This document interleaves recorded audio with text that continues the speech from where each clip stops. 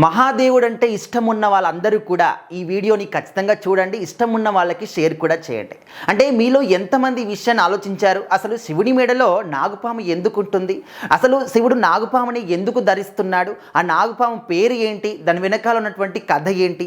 మనం ఎప్పుడు కూడా శివాలయానికి వెళ్తూ ఉంటాం, పూజలు చేస్తూ ఉంటాం, రకరకాల వ్రతాలు చేస్తూ ఉంటారు, నోములు నోముతూ ఉంటారు. అండ్ ఎప్పుడు కూడా సోమవారం వచ్చిందంటే శివాలయానికి వెళ్ళి చాలామంది కూడా వాళ్ళకు తోచినటువంటి ప్రసాదాల్ని నైవేద్యంగా పెడుతూ ఉంటారు. అదేవిధంగా పేదవాళ్ళకు కూడా పంచుతూ ఉంటారు, పుణ్యాన్ని మూటగట్టుకుంటూ ఉంటారు. కానీ శివుని మెడలో అసలు నాగుపాము ఎందుకు ఉంటుంది? దాని వెనకాల ఉన్నటువంటి స్టోరీ ఏంటి? అసలు ఆ నాగుపాము పేరు ఏంటి? ఈ విషయాలు ఎప్పుడైనా మీరు గమనించారా? ఎక్కడైనా చదవాలి, తెలుసుకోవాలని చెప్పేసి ప్రయత్నం చేశారా? మనకు గూగుల్ ఉంది, గూగుల్లో వెతికినా కూడా కంప్లీట్ డీటెయిల్స్ వస్తాయి. సో ఇప్పుడు మనం మాట్లాడుకుందాము మహాదేవుడి మెడలో ఉన్నటువంటి ఆ పాము పేరు, నాగుపాము పేరు వాసుకి. సో మరి నాగరాజు అయినా మనందరం కూడా ఎప్పుడో ఒక సందర్భంలో వినే ఉంటాము క్షీరసాగర మదనం అని చెప్పేసి. సో దేవతలందరూ కూడా కలిసి క్షీరసాగర మదనం చేసినప్పుడు దాని నుంచి అమృతం కన్నా ముందు విషం వస్తుందన్నమాట. హాలాహలం విషం వస్తుంది. ఆ విషయం నుంచి అంటే ప్రపంచం మొత్తాన్ని కూడా ఆ విషం నుంచి కాపాడడానికి మహాదేవుడు ఆ హాలాహలాన్ని మింగేస్తాడనమాట. అప్పుడు ఏం చేస్తుంది? పార్వతీదేవి వచ్చేసి ఈ విషయాన్ని మింగితే నీకు ప్రమాదం కలగొచ్చు అని చెప్పేసి ఆ విషయాన్ని గొంతు దగ్గరే చెయ్యి అడ్డుపెట్టి ఆపేస్తుంది. మనందరం కూడా క్లియర్గా గమనిస్తే ఎక్కడ మహాదేవుని ఫోటో ఉన్నా కూడా గొంతు దగ్గర నల్ల మచ్చలాగా కనిపిస్తుంది. అదే ఆలాహలం అనమాట. మహాదేవుడు ప్రపంచం మొత్తాన్ని కూడా ఆలాహలం అనే విషయం నుంచి కాపాడడానికి ఆ విషయాన్ని మింగేసి గొంతులో దాచిపెట్టుకున్నాడు అనమాట. అయితే ఇప్పుడు ఆ క్షీరసాగర మదనం చేసినటువంటి పాము అంటే ఆ పాము వాసుకి అనమాట. అంటే తాడు సహాయంతో క్షీరసాగర మదనం చేసే బదులు ఇక్కడ వాసుకి పాముతో చేస్తారనమాట.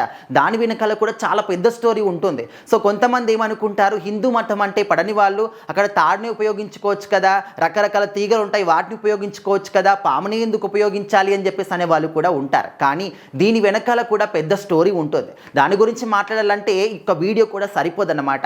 మీకు తెలుసుకోవాలి అనుకుంటే ఖచ్చితంగా గూగుల్ అందుబాటులో ఉంటుంది కాబట్టి అందులో మీరు సెర్చ్ చేసుకుంటే ప్రతి ఒక్క ఇన్ఫర్మేషన్ కూడా వస్తుంది. అయితే ఇక్కడ పాము ఓన్లీ క్షీరసాగర మదనం చేసినందుకే మహాదేవుడు ధరిస్తున్నాడు మోక్షం లభించడానికి అని చెప్పేసి అనుకుంటాం. దాని వెనకాల కూడా ఇంకా రకరకాల కథనాలు కూడా ఉన్నాయి.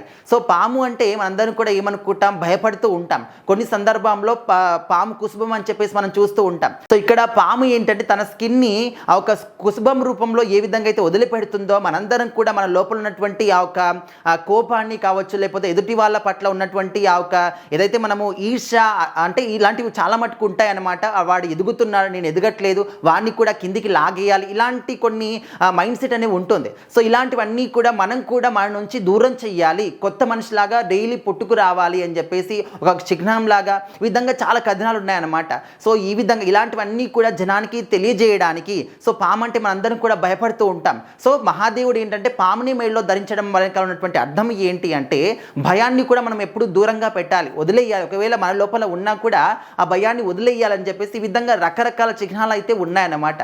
సో మహాదేవుడు పాముని ఎందుకు ధరిస్తాడు అని చెప్పేసి అనుకునే వాళ్ళందరికీ కూడా ఇది గొప్ప సమాధానం. ఇంకా చాలా కథనాలు కూడా ఉన్నాయి. సో మీరు ఒకవేళ తెలుసుకోవాలి అనుకుంటే చాలా పుస్తకాలు ఉంటాయి, శివపురాణం ఉంటుంది, చదివి తెలుసుకోవచ్చు. సో చాలామందికి కూడా తెలియదు అనమాట ఈ విషయం. ఓన్లీ మహాదేవుడు అంటే అపారమైనటువంటి భక్తి శ్రద్ధలు ఉన్నాయి. సో మరి వాళ్ళకి తెలిసి ఉంటుంది, కానీ కొంతమందికి తెలియని వాళ్ళందరికీ కూడా ఈ వీడియో అనేది ఖచ్చితంగా షేర్ చేయండి.